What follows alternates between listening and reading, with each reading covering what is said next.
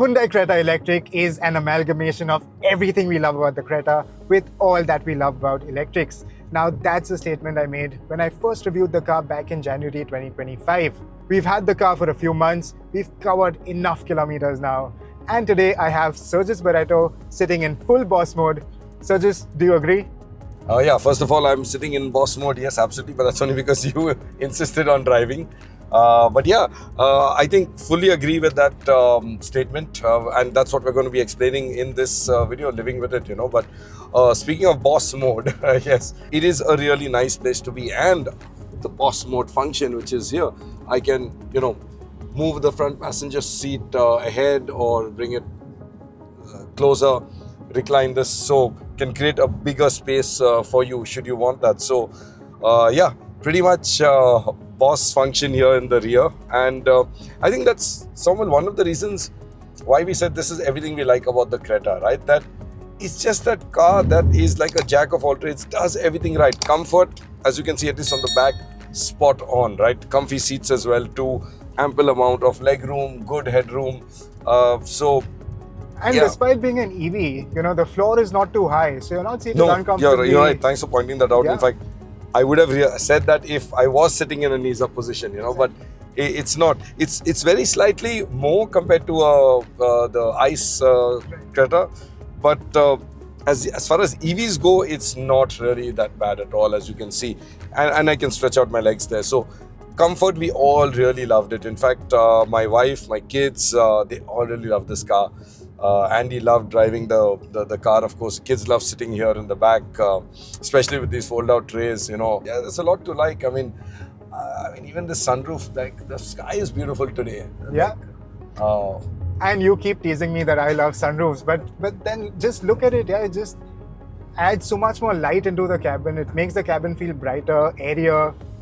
Honestly, I just said that for your benefit, but no, you're right. I don't like sunroofs.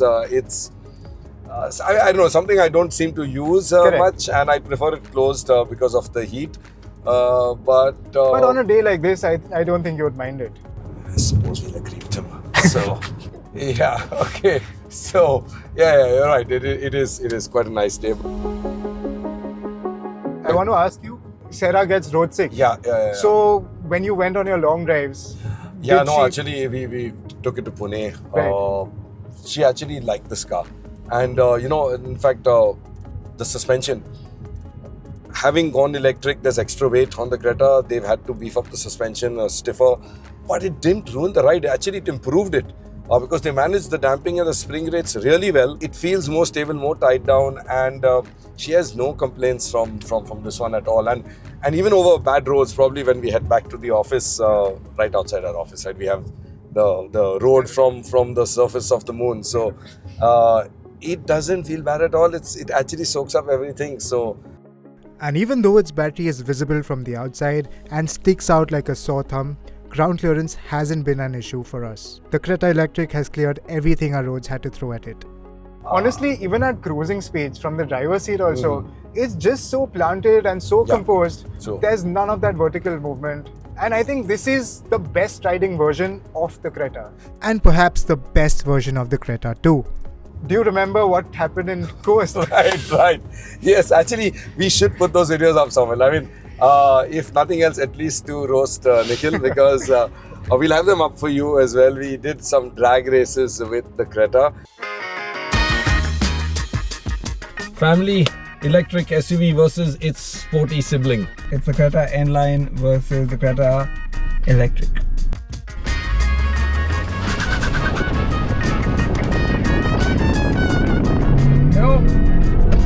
Okay, got a better getaway. Electric, obviously instant torque, and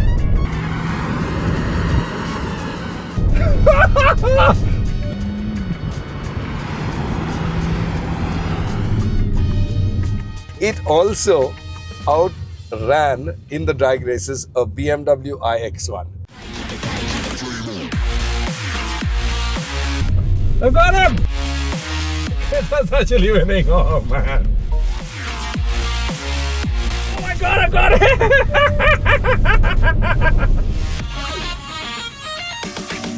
I don't believe it. That was a surprise. No one was expecting that. Yeah, it's strange. But since we're talking about performance, right? So it is quick. But what I like when I drive this, Saumil, is it doesn't feel hair trigger sharp. You know, the responses. It's like sometimes say Mahindra, which is part of their brand DNA. You know, they want that very sharp, lively thing. This is quick, but in a very easy, manageable fashion. I mean, even in sport mode, doesn't feel too wild. Absolutely. And even when you're coming from an ICE vehicle and getting into the Creta, this is just so easy to adapt. The throttle response is very linear. Correct. It is a smooth ride, of course, being an electric car, but it just doesn't overwhelm you with its instant torque. Yeah, I agree. We have to also talk about the fact that while you'll see in this video, we'll be praising it a lot, there are just very few things we don't like. The sales haven't really picked up, and probably that's one thing we don't like, or the industry or the market doesn't seem to like. And what we've noticed, right, when everyone we've shown this car to, our family members, relatives and things like that, they all keep saying, yeah, it's nice, but it's a Creta. Now, the funny part is, the Creta in ICE is the largest selling, you know, and it's like a blockbuster for them. But when you're buying an electric car at around 20 odd lakh, 20 plus lakh, you're upgrading from the mid-size space only. So I think people probably want to feel that I've upgraded. I don't want to sort of pay more and still buy a Creta. Yeah, Right? absolutely. You've, hit the nail on the head. It's the design which is, it's very familiar. And that somehow is a disadvantage in this Creta Electric's case. So, but that's- honestly, once the people, whoever we've, taken for a drive in this car or have experienced the car, once they drive this car, experience the car, they realize that, this is really all the car you need, all the EV you need. Let's talk about also features.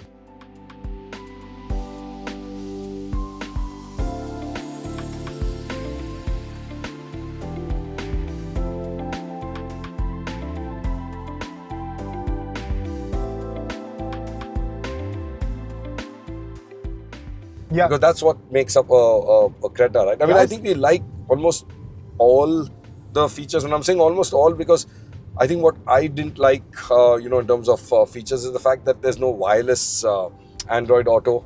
Yeah, that's a big miss, honestly. And I know you get a dongle now and you can add that, and it makes your life easier. But you would expect such a small thing to be part of standard equipment.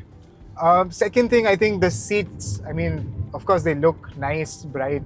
It's just that they are very difficult to maintain. They the color. The color, sorry. Yeah. They turn brown, they get stains very easily. Yeah, we've been having to scrub them and keep them clean quite often, actually. So that's, I think, one negative. Probably a black or a grey would have helped, been more suited to our conditions. Maybe, yeah. And also the touch, that's something I don't like. I mean, it's not like as bad as having it in the touch screen. Yeah. But in the N line, for example, which we also had with us, It had buttons out. It has buttons. It's the same design or such, but they're buttons. Correct. Fair point, I agree. But at least you have these easy access keys out here, unlike some electric competitors where everything is embedded in the touchscreen. So you're always fiddling around trying to find, let's say, ventilated seats or smaller things. And the font, nice and neat. The touch surfaces, yes, but at least they're far away from each other. So not as perfect as buttons, but not as bad as screen. And the best thing is everything works. Every time you start the car, the screen doesn't glitch. It doesn't go blank. Everything is working when you want it to be working. Right. So in that Software. sense, exactly, the software is very sorted. Yeah, in fact, and that's something really odd that we've seen across cars that we've run in a long-term fleet. EVs seem to throw up a lot of electronic glitches. Software updates are multiple and there'll be still some issues.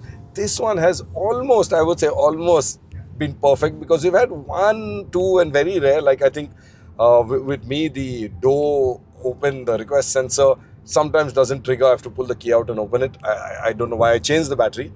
I changed the battery, but it sometimes it just doesn't register for whatever reason.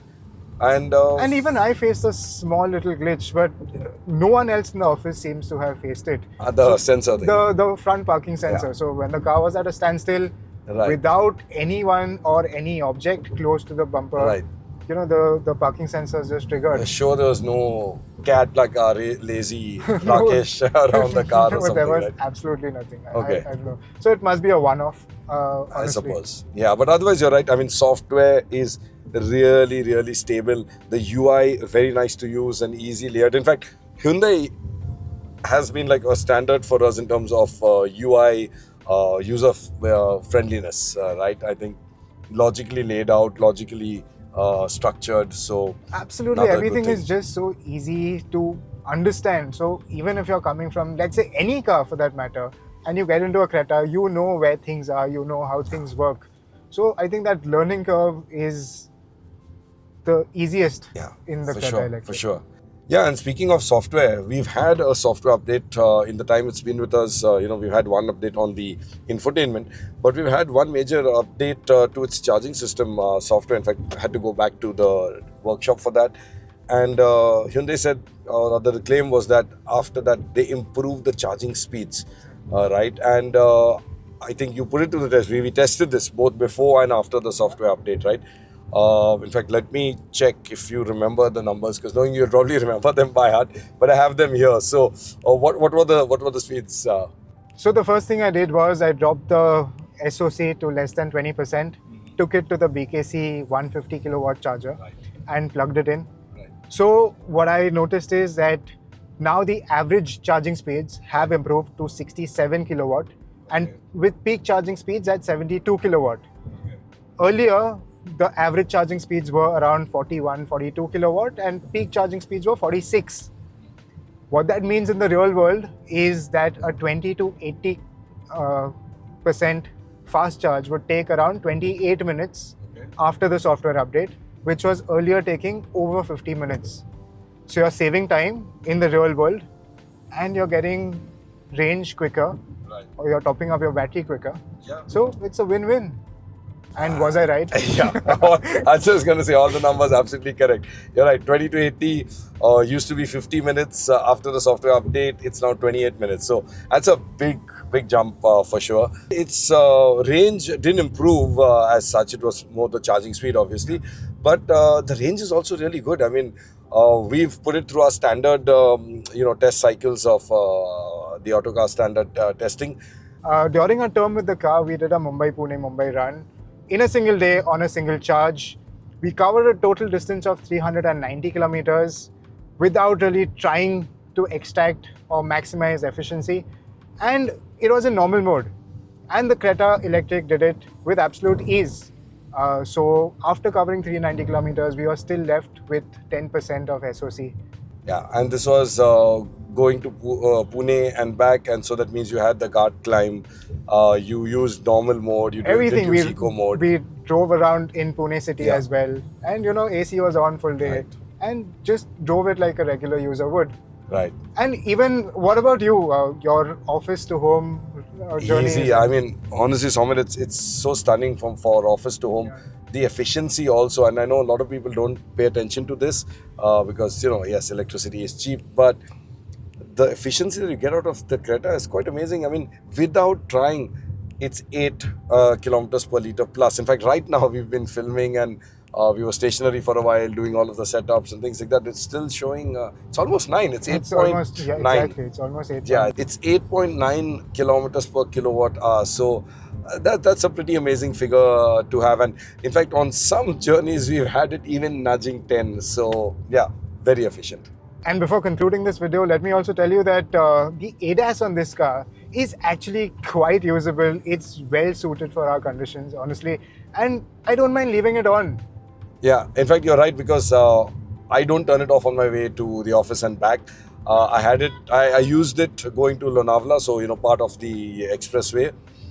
You're right, it's very natural taking its turns, in terms of following lanes, adjusting its speed in the cruise control, the adaptive cruise control. And I've had it now almost a month with me.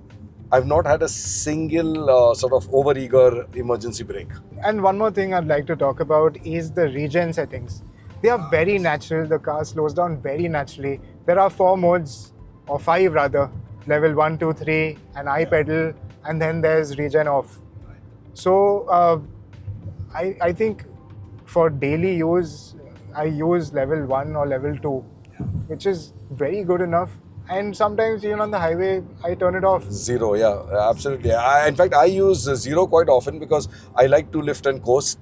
It extracts, more from the car. But 1 is my default setting because it just feels very natural, very much like an internal combustion car. So, Regen is very spot on. And what's nice is it's via paddles. So we all love it. Before concluding, let's look at the numbers. The Creta Electric is available with 2 battery options, 42 kilowatt hour and a 51.4 kilowatt hour, and it's priced between 18 to 23 lakh.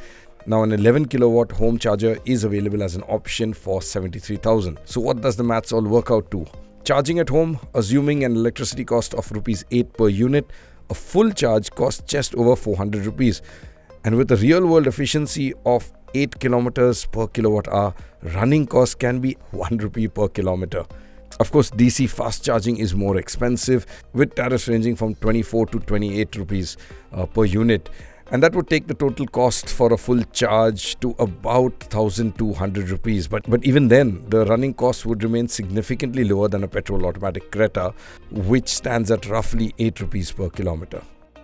Due to the huge difference in their running costs, even though the on-road price of the EV is about 2 lakhs higher than a top-spec Creta turbo petrol automatic, you will break even that initial premium at around 28,000 kilometers using home charging or at around 41,000 kilometers using public charging. So if your usage is high, the electric is actually the more economical choice.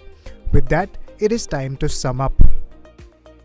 Yeah, so that is the Creta Electric in its time with us. We've had it for about 8 months. We've covered 9,000 kilometers over all types of terrain, city, chaos like this, lovely open highways, through the summer, through the rains. We've taken it on mileage tests and whatnot, and I think we all really like it. As you've seen from this video, there's more that we love and very little that we don't like. So I think it sounds like you all agree with what I've said. The Creta Electric is all that we love about the Creta with all that we love about EVs.